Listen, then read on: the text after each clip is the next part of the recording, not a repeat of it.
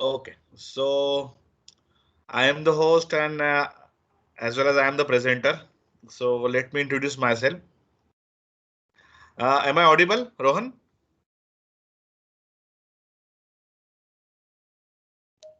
Yes, sir, you are audible.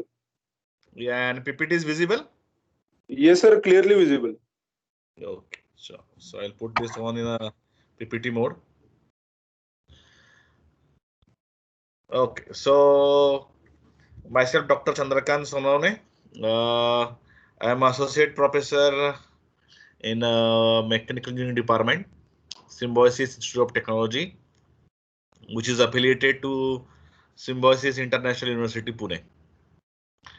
I have completed my PhD from IIT Bombay, and my work mainly consists of computational fluid dynamics, heat transfer, numerical methods development. I do both coding as well as the CFD using the what you call as softwares. So today I'll just going to touch upon what you call as some of my work which I'm started at Symbiosis Institute of Technology. Uh, we develop both. We can say that the code as well as the UDF, and we try to apply those things on say practical problems.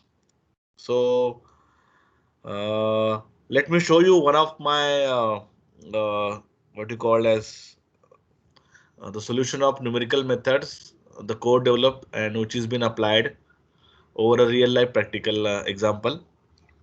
So numerical simulation of flow through helical heat exchanger. This helical heat exchangers basically what we have developed uh, for solar assisted air conditioning systems. So you can see that there are some dishes there through which we try to collect the solar energy, which will heat the water ultimately, and that hot water is being circulated through uh, okay. Okay. So this is a solar dish and a solar dish, which is going to ultimately heat the water, and this water is being circulated to this kind of heat exchanger, basically. So what we have done, a very simple experiment we have done. We taken the ready-made, say, Electrolux refrigerator, which is powered by the say electric energy. Now we simply replace its power source, which was initially electric energy. Now we are heating it by the what you call as some hot water. Hot water. So that requirement and all those things that you can refer by paper particularly. So the hot water is going from the bottom and it comes from the top. So it exchanges the heat with the ammonia, which is basically flowing through this what you call as this black pipe. Okay. So the attempt is that we should use the instead of electric energy, we are trying to use some non-conventional source, which is a solar energy here, trying to heat the water and get energy absorbed uh, solar to water and then water to that particularly ammonia.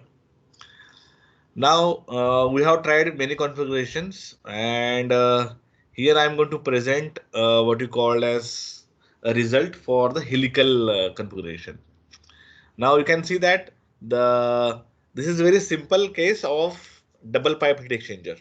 So you can see that we in our fluid heat transfer, we know that there are two kind of configurations as usually taught. Can have a counter flow or counter current heat exchanger or parallel flow current exchanger. Right now, uh, we have done the parallel flow kind of things. Okay, we have also attempted the what you call as the counter current. So the inside pipe carries the ammonia. The The outside pipe carries the hot water. The hot water is exchanging the heat to the ammonia. Now, our requirement is to maximize the heat which is being transferred from water to this ammonia. Ammonia should be able to extract the heat from the water. Okay.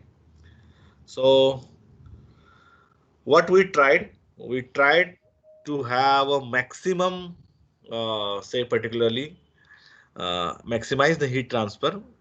We make it water to flow in a helical manner. Say this is a very simple case of pipe in a pipe. So we model this is the inside pipe, this is the outside pipe, and between these two pipes, the water is flowing, hot water is flowing. Now instead of flowing straight, we have created this helical baffle. The outer diameter of the inner pipe is 16 mm and the inner diameter of outer pipe is 32 mm. This is the average values. The length of heat exchanger is 320. So these data is been fixed by the virtue of the existing system. This is what we have. The outside pipe is already fixed, this particular ammonia pipe. So based on that, okay, so we cannot change the 16 mm diameter, as well as we cannot change too much the length as well. So we attempted to have this DO upon DI ratio, and right now I am presenting a result for say DO upon DI for case 2. The length is there 320 mm. So the part of study is that we try to create a helical baffle, say from this outlet to inlet. So this baffle can be, we can say that the number of baffles we can change over the length. The pitch of the helical baffle can be changed. So starting from say 0.5, we may create half baffle. So we may have a 1 baffle, 2 baffle, 3 baffle, and likewise. Okay. Hence the baffle spacings can be respectively changed particularly. So for if I say 0.5, so over 640 mm, it will complete one complete revolution. Okay. For as the length of pipe is 120, so definitely the one helix will complete in a length of 320. Likewise. So here is a case. You can see that this is a half, 1 helix, 2 helix, 3 helix, 4 helix. So what is happening? The water is flowing from inlet to outlet. Instead of straight manner, it is going in a helical manner. Okay, and we try to see what happens to the heat exchange, how much improvement in the heat exchange that we try to study. Okay, the scope is that particularly the flow through helical exchange is complex, okay, and it gets mixed due to the influence of centrifugal and Coriolis forces. Okay, instead of making them to flow in a straight manner, I am asking them to go in a circulate manner. Hence, the centrifugal as well as Coriolis force will be created, and the flow phenomena is itself is a complex. Now the flow becomes naturally turbulent.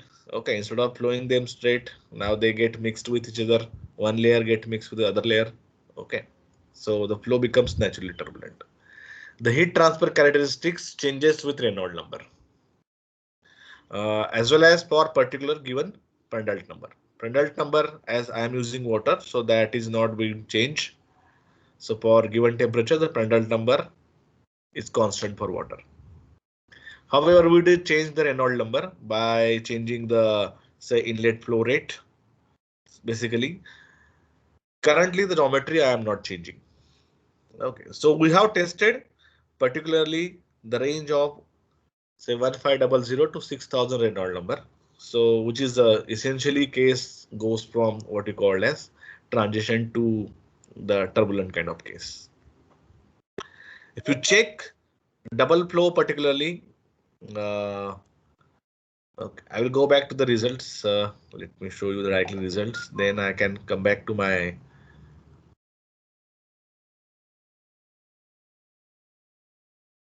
Okay. If I go back to the say plane without say helical case where I have a number of correlations are available, okay, which connects the Nusselt number with Reynolds number and the Prandtl number. So there are some cases where we do have a effect of viscosity, wall viscosity has been considered, as well as there are some cases where what you call as the factor A has been added, which either connects with the roughness or either connects with the ratio DO upon DI kind of stuff. Okay, so we first attempted the CFD simulation by using what you call as for the double pipette exchanger without any baffles, without any say plain things, and we validated our results with the all these correlations. So these correlations are plotted here. You can see that for given Reynolds number range 1500 to 6000, and this is a Nusselt number which we calculated by using code. Okay, these results are being developed by using code. So it can be seen that it is being get validated properly. Once the basic things has been gained validated, now I am free to do some modifications. Now, because I know that whatever the basic stuff, what I have started with, that is been correct. Now I have a liberty to go and do some modifications and now try to opt for the modified results. Okay, so as far as the code is concerned, okay, so or the numerical methods is concerned, I'll be using what you call as artificial compressibility method.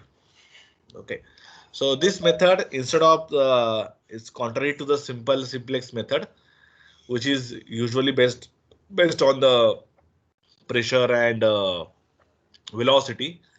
Artificial compressibility method is based on the what you call as the density and the velocities.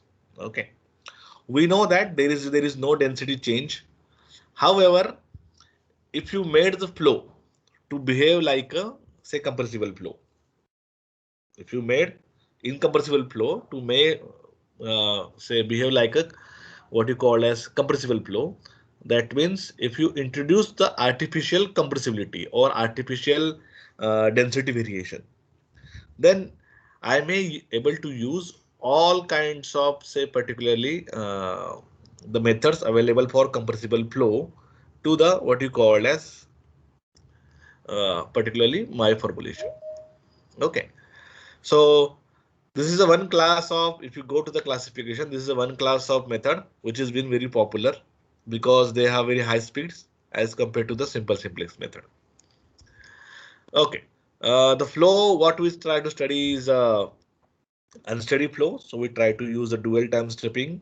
Uh, why dual time stepping? Because I have introduced the artificial compressibility, which includes the time part, uh, and I have a real part. So I do have a one artificial time and one real time. So that's why it's a dual time particularly.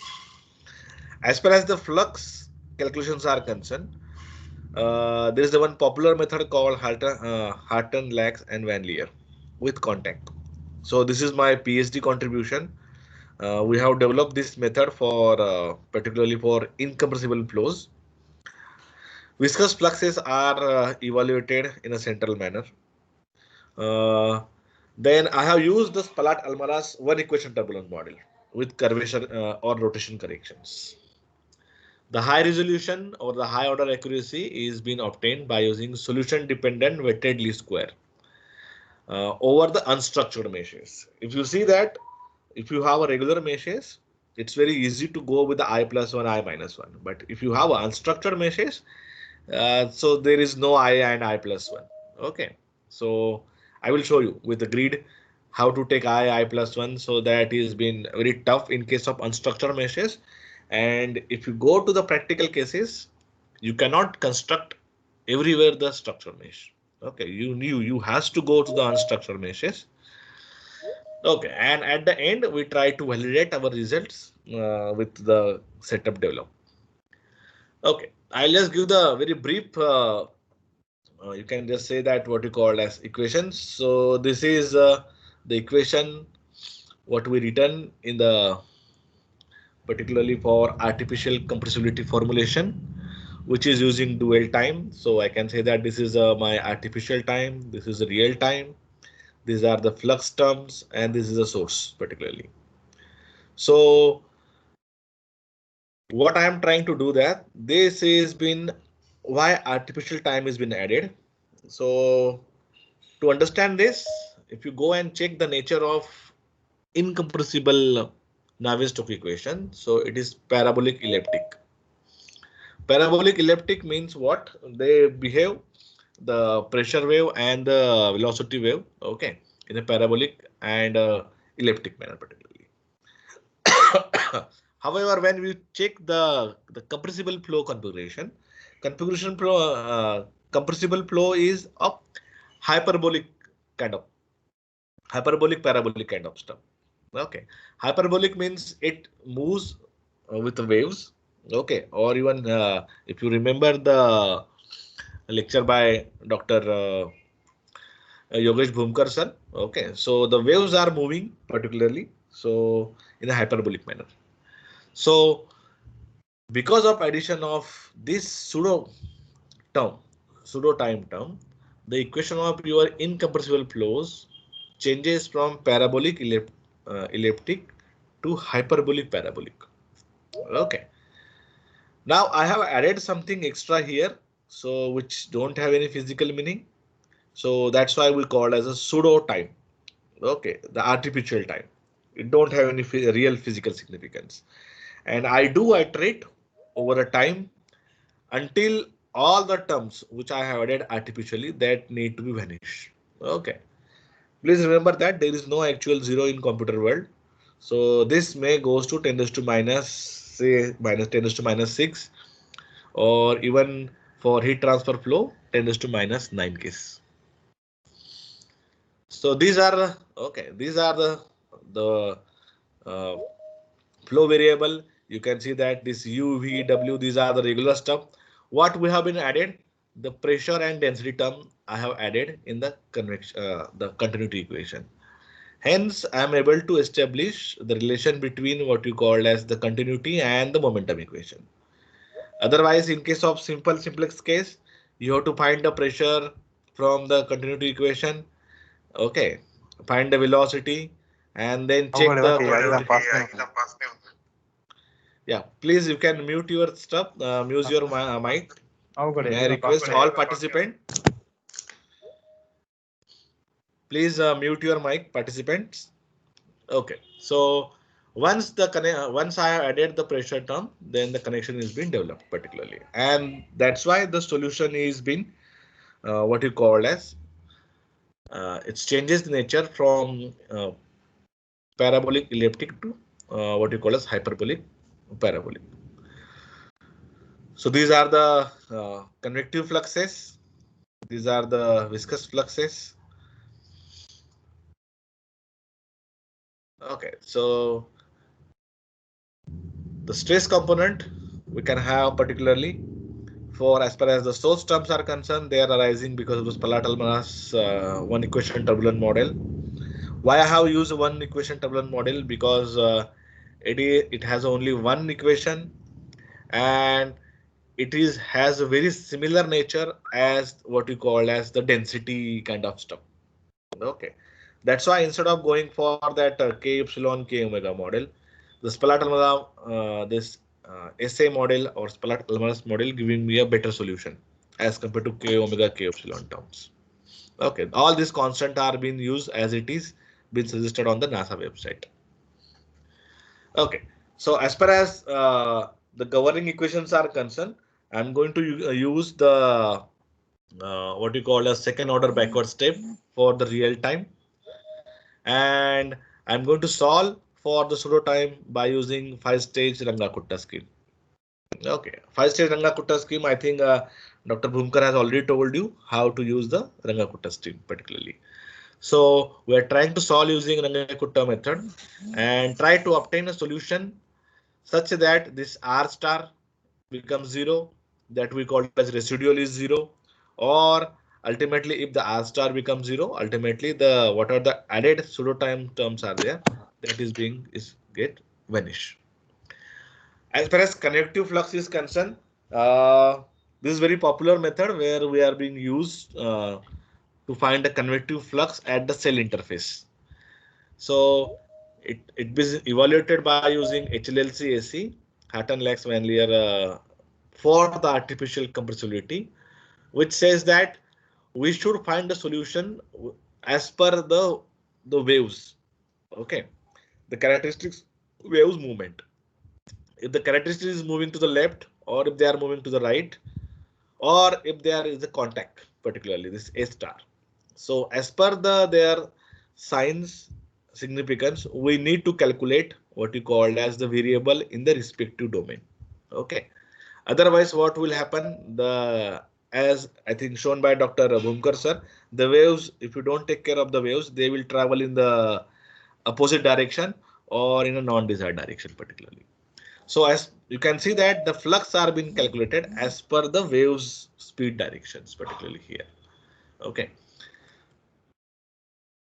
And these are the respective values in the respective zone. So we call as a left state, we call as a right state, and we call as a star zone. Okay. So at interface, you can see that at the interface, say if you have one phase, it has a left side, it has a right side, and it has a on state particularly. So the fluxes are being calculated as per the this thing. Okay, to get a higher order things, we are using what you call as Taylor series. Say for example, if I want to have a, say this is one, it's between cell I and J, unstructured mesh. So it's very difficult for me to say to find the X direction, how I can go for I plus one and likewise. Okay, even say in this case, where is the J? So I don't have any kind of the edge neighbor here. We can see that this is a edge neighbor. I do have a vertex neighbor, but I don't have a edge neighbors, which is usually available in case of your structure meshes.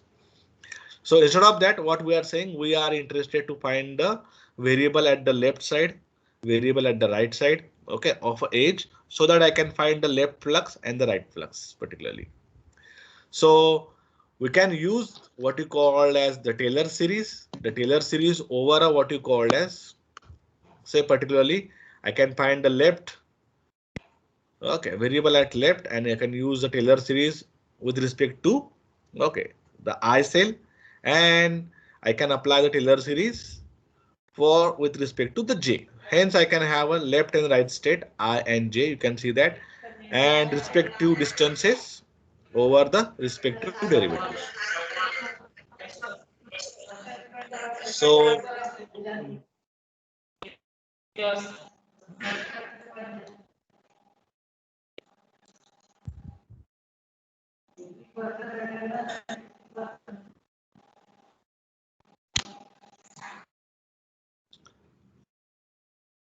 okay, sorry. Okay. So as far as the Taylor series applying is concerned, more the accuracy you want, more are the number of derivatives are you can see. So if you want the first order accuracy or the second order accuracy, so you for second order accuracy you need to find 3 derivatives, space derivative. For third order accuracy, I need to find more number of derivatives, second order derivative as well, along with the mixed derivatives. So how to find this all this derivative, that is being challenged particularly. If I am able to find all this derivative, I can put here in the Taylor series and I can find these things. So we have used the what you call as solution dependent weighted least square method for particular this one. Say for example, to get derivative at cell I. Okay, I do have a neighbor J. So how many neighbors I have? I may have an edge neighbor, I may have a vertex neighbor, so I don't have to worry. I just need to find out how many neighbors I do have and just apply the Taylor series between cell I to J. Okay, so j is equal to 1, first neighbor. So very similar manner, I can apply the Taylor series from one uh, cell I to neighbor 1, then cell I to neighbor 2j, or similarly I can have a cell I to n number of neighbors. Whatever numbers neighbors I have, so that I can apply Taylor series. This system will give me a what you call as overdetermined systems, which is on the left hand side. I can say that delta U, which is made up of the difference between the variable at I and the respective variables at cell centers. Okay.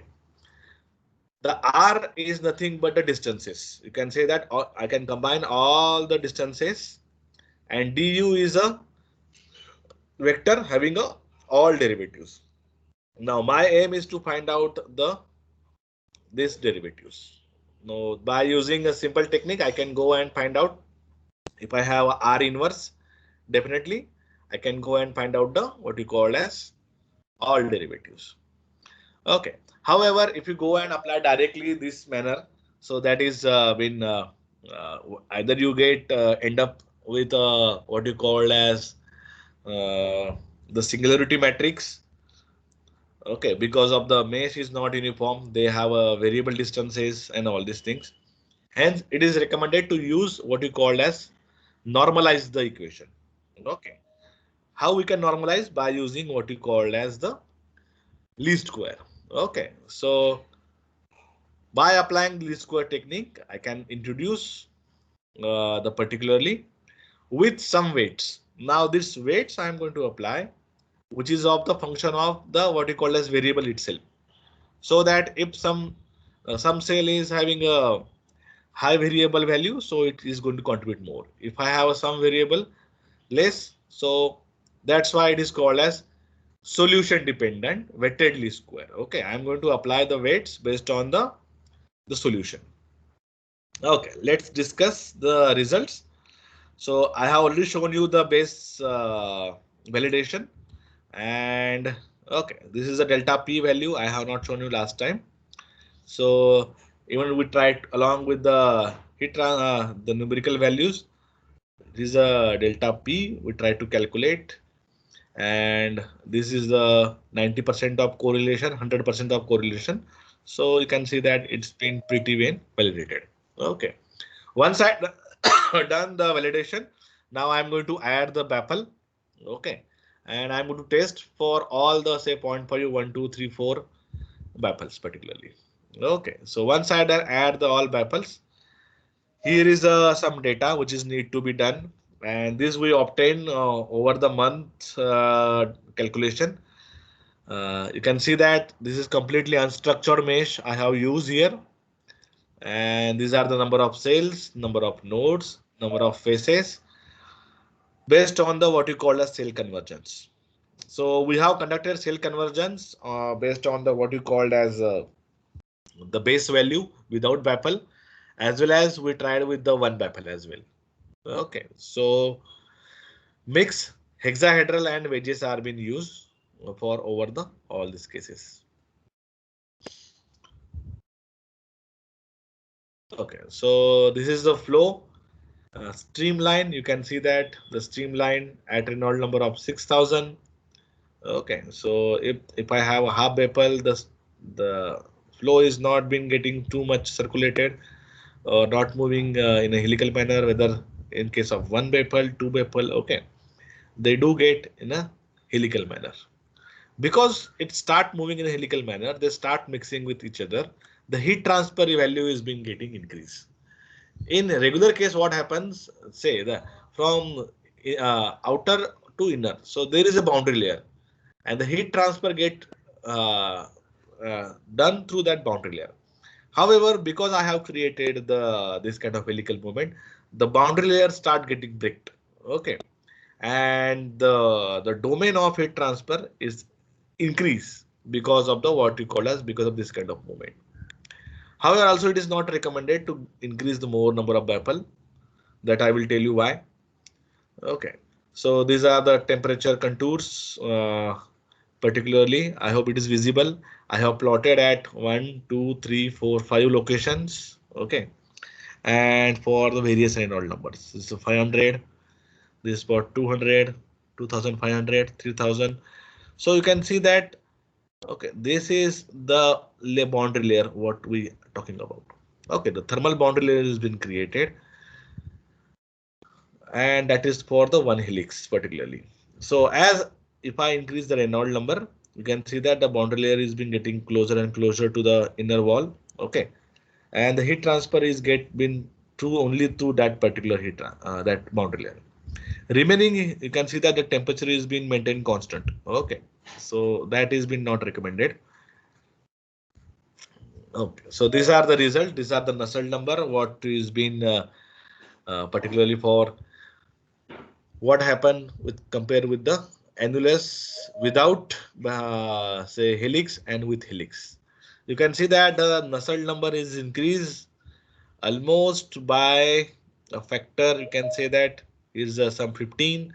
Here is some 35. So 2 to 3 times. I can say that the heat transfer has been increased.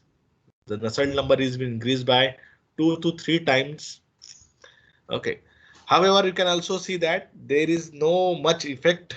If you see that if I increase the from half helix to 4 helix. Okay. So there is a hardly there is an increase in heat transfer. However, as compared to the pressure drop, if you look at that, the pressure drop is also increasing.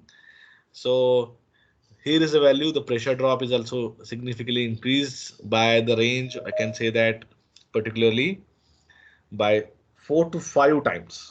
Okay, as compared to the helix.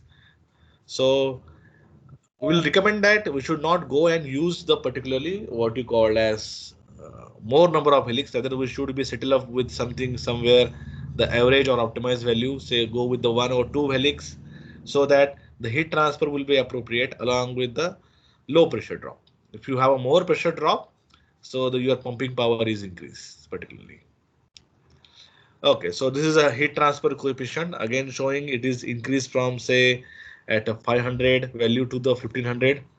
Okay, and whereas at a Reynolds number of high Reynolds number, it is get 1700 to a value of say 2000, 1700 something like that. Okay, so means 3 to 2 times is been increased just like Nusselt number value.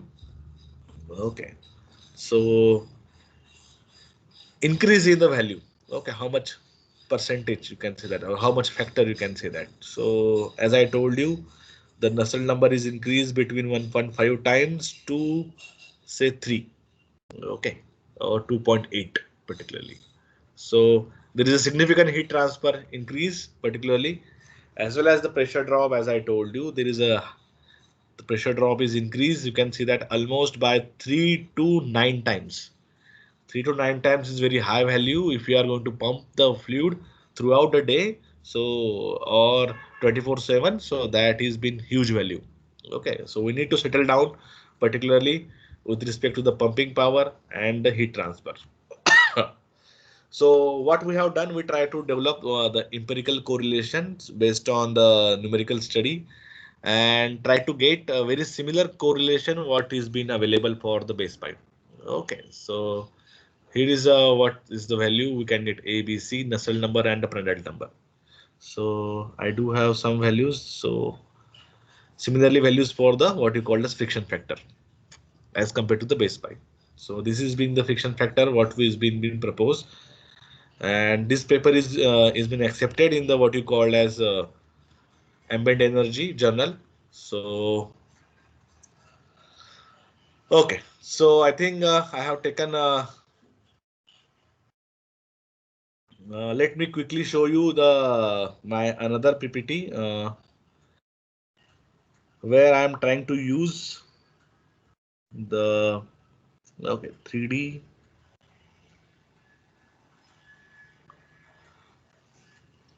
Okay, so along with 3D, we have developed what you call as the code for what the mesh movement, the fluid state direction. Okay, so here we are trying to simulate the unsteady channel flow with a moving indentation. Okay, moving indentation, what? So I will not go to the theory because I don't have too much time. So just to this is also a accepted paper in Journal of Heat Transfer Engineering. So you can go and check the equations as well as the what you call as detailed results. We have used the arbitrary Lagrangian Euler formulation, and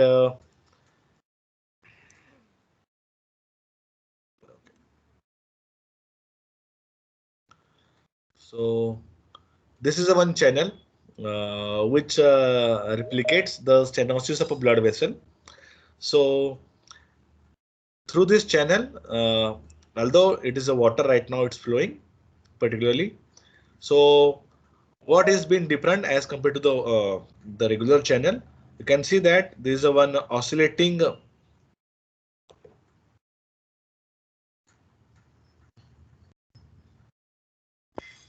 Okay, this is one oscillating member is there. So which as the fluid is flowing through this one, we push this up and down. Okay, so it goes up to certain height and it's come back. Again goes up, again come back. Okay, so the movement of this oscillating member is being described by this particular function. This is a function of space as well as time. So as time goes, okay, it moves up and comes down. Okay, with respect to space. This has been done, experimentation has been done by the Pedley and Stepanol. Okay, as well as we can say that the numerical result is also been available with the Zhao and Farhad. Okay, so whatever the our code we have been developed, so that is we need to validate. So we have been validated with this numerical example. So this is a 2D example, and this has been unstructured meshes. Okay, so unstructured mesh has 54,926 elements, triangular mesh elements, and 28 around 29,000 nodes particularly. So you can see that it is a straight channel. As time progresses, the oscillating member goes up and down. Okay, so please make note of that as the channel is going up and down, the mesh is also going up and down along with the channel. Okay, so this is a mesh movement problem where the wall, the structure is interacting with the fluid and the fluid is again interacting back with the structure. So this kind of problem is known as fluid structure interaction problems. Okay, so uh, the flow is governed by particularly three kinds of non-dimensional numbers. The Reynolds number, okay, which is based on the velocity, reference velocity. The Strouhal number, which signifies particularly the frequency of that oscillating member. Okay. At the inlet, we are going to provide the typical parabolic profile, because if you are going to flow something through pipe, it becomes parabolic over the time. Okay, so to make the uh, flow convenience, which started with the parabolic uh, velocity profile. Okay, at the wall Excuse me, we sir. have at the wall. Sir, your Yeah, let me slides are not finish. moving. Now it's moving. No, sir, it is at the fourth slide only. Numerical simulation of unsteady channel flow. Okay, let me again share. Yes, yes. Now it has changed. Okay.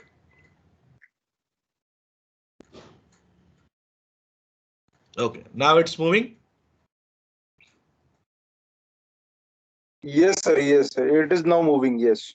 Yeah. Okay. So let me make the full screen and then just now it is moving. It is moving. Yes, sir. Now it is changing, sir. Yes. Okay. So I think I have already explained this thing. So channel is there. Okay. Now we have this oscillating member is there.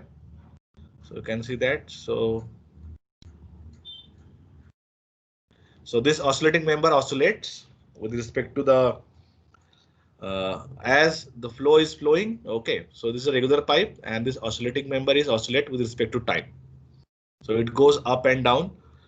Okay, so this kind of flow represents the stenosis of a blood vessel particularly. So I'll just try to present result over unstructured meshes. So this is unstructured mesh, what we created. And as I told you, as pipe flows up and down, so this mesh goes up and down. Okay, so we have used the radial basis function for particularly to move the mesh up and down along with the flow. So the flow has been governed by the Reynolds number, the Strouhal number.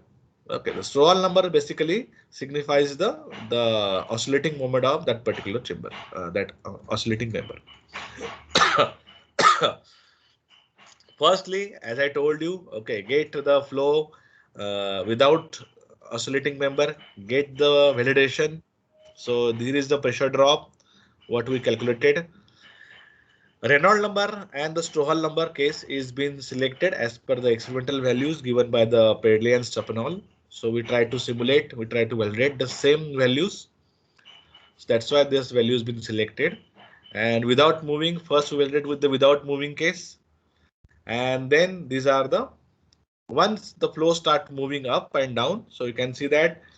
So this is a case of the you can say the downstream of the oscillating what you call as member. Okay, so I am trying to present the result from this point onwards. Okay, so this region. So what you can see is the this particular okay part of oscillating member.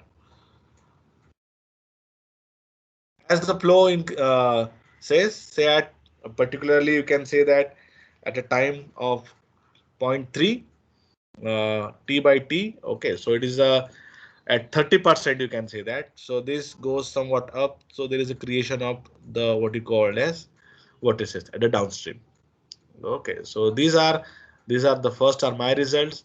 Second are the Zhao's results. Okay, third one is the Ralph results. So you can see that at zero point 0.3 second, as time progresses at 0.45, there is another creation of this kind of vortices. Okay, at 0.65. Okay, at 0.65, at 0.5 it reaches at the top location. Okay, and from zero point 0.5 it comes down. So the more and more vortices, so this is being created. Okay, so at 0.65, then at 0.75. Okay, and as it goes at the end 0.9 and 1, so okay, the flow becomes again the what you call it, it's smoothen out.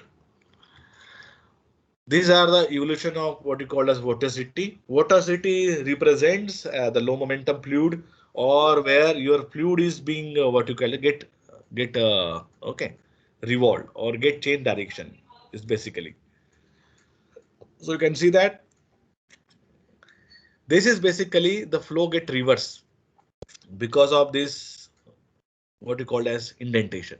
Okay, this you can assume that say you have an artery and there is a growth of say that particular blockage.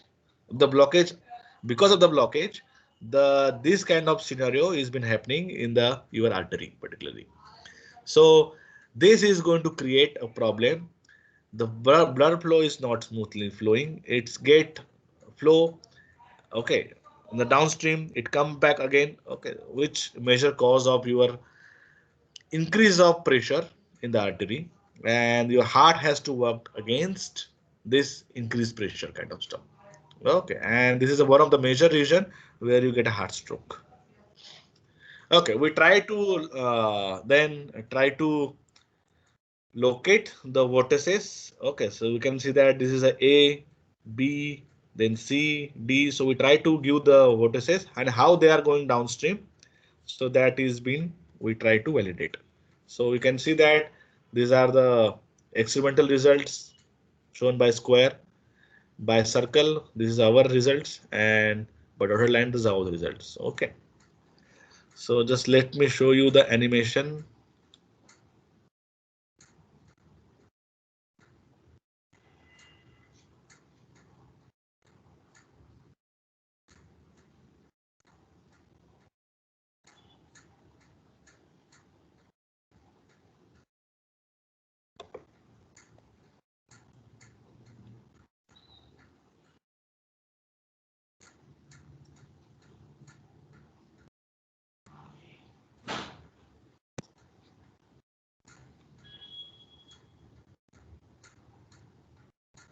Is animation visible?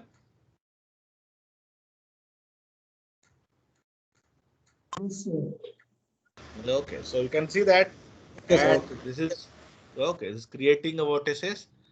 So as it goes and down, you can see that it's going up and going down. Okay, particularly. So the creation of vortices is been created. Okay. So this where the flow is being handled particularly by these kind of vortices. Okay, this downstream vortices has a major role to increase the pressure and likewise. Okay, so I will not go to the details of the another numerical example what we solved. Rather, I will show you very what you call as another example which we are trying. Flow over cylinder. You can see that if the flow over cylinder, we all know that the say at low Reynolds number, say up to 50. So the cylinder is being is behave as a steady. Okay. However, if you go above Reynolds number of 40, so the flow over cylinder is start become unsteady. Because of that unsteady flow, you have a lift and drag is being created over a cylinder. If you allow the cylinder to move freely, or I will say if I keep the cylinder over a spring, okay. So is my animation is visible? Yes. Okay. So the cylinder is ready to move in a, I have given the 1 degree of freedom, so it's move up and down because of the lift forces. So this is again when the cylinder moves up and down, the mesh is also moving along with the cylinder. Okay. So fluid is being forcing the structure which creates lifts and drag forces. Because of lift and drag forces, the cylinder get displaced. Now because of the displacement, okay, the flow nature is changes. So again back to the structure forces the fluid forces the structure. So this is been again what you call is being created at my lab by using my code. So all results what I have shown is been created by using the code. Okay. So this is also going to be another paper which already communicated. So hopefully it will get published soon. Okay, I think I will stop here. If any questions from participant are most welcome.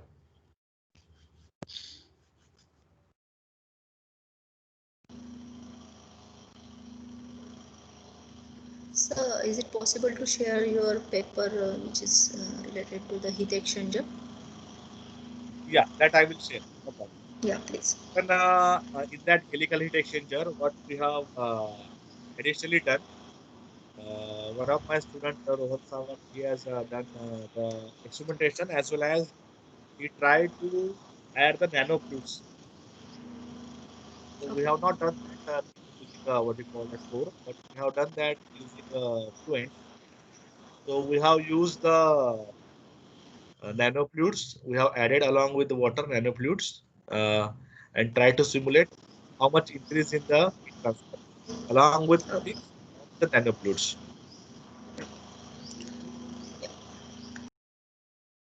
Yeah. Any other questions?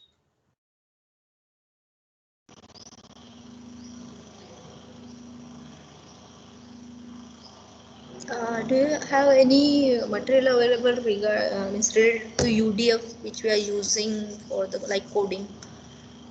So you can share that UDF, also. So it will be UDF, yeah. UDF material, UDF. If you go and search on the ANSYS this material, okay. So